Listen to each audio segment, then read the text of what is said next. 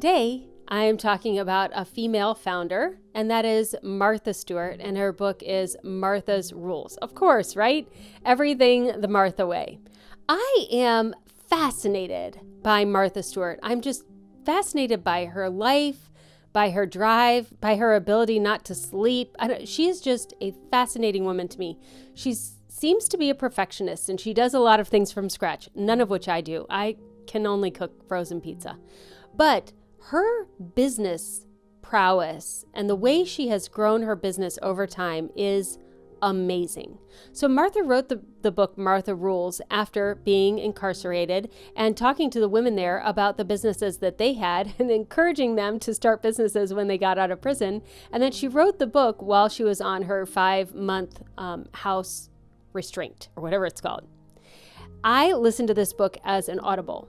And for me, not knowing a lot about the Martha Stewart story, I know some, but not a lot, I found this book to be very growing of my confidence. Like it was very affirming, and my confidence grew from listening to this book because so many of Martha's rules, the 10 things that you need to grow a business, I was doing. It was reminders of what I've done in the past, reminders to stay on the right path, to get these 10 things in place. And if you look at the business that Martha Stewart has built, she has 90 books, magazines, TV shows, physical products in 4 different kinds of retail establishments. I mean, and on and on and on it goes. There was a great podcast interview I listened to about Martha Stewart's day and how she gets up and all of the things that she does in her day. It is incredible. She gets up and she feeds her chickens, and then she makes breakfast for herself and all of the people that are working at her house that day. And then she takes her driver into the office, and she has to have 4 drivers on staff because they're only allowed to work so many hours. And she works early in the morning until late at night. But she's living her best life, and she's had her company for over 30 years, and it's amazing to me. So Martha has 10 rules in her book. I'm going to give you 5 of them. One of them is to have a big idea.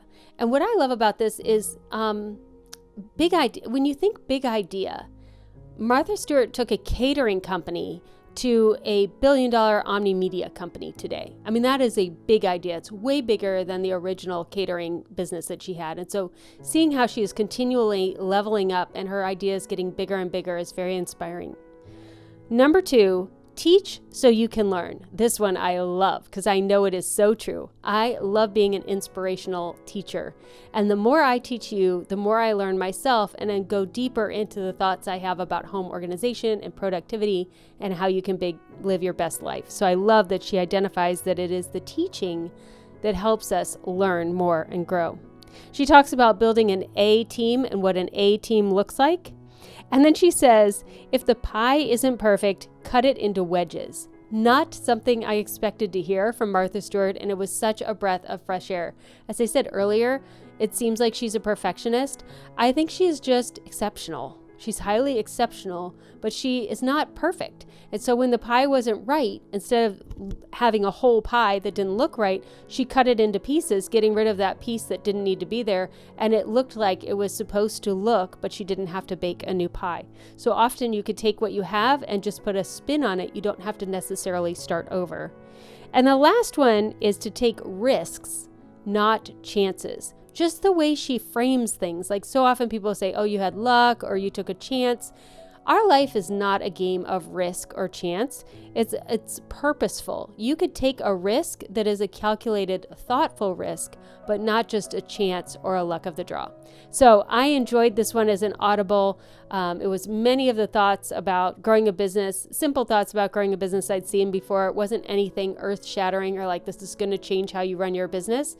It was just like listening to a good friend talking about how she grew her business, and I felt like I was in my mind talking right back to her. All right, next Monday, join us, subscribe on the channel for your next book review.